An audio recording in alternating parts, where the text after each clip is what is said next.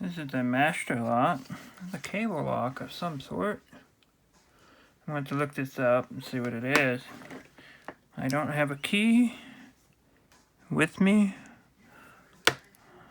It says number 7 master lock on the bottom. I don't suspect it's going to be too hard to get in, but you never know. One's loose, two's loose.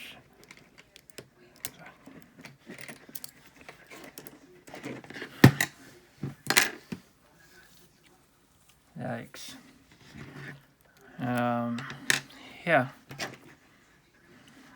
This is rather scary how simple that is. I'm going to see how many pins this is in here too. Just to feel. There's 1, there's 2, there's 3, and there's 4. So I didn't even get to the 4th pin. Well, that was it for this thing here. Not really impressed. Didn't take long to get in. If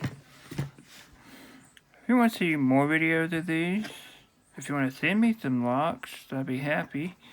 Just send me a message and I'll give you my address. Please consider subscribing. It's going to help me out in the long run. The more subscribers I get, the more videos I can put out. Thanks for watching, guys. I'll see you next time.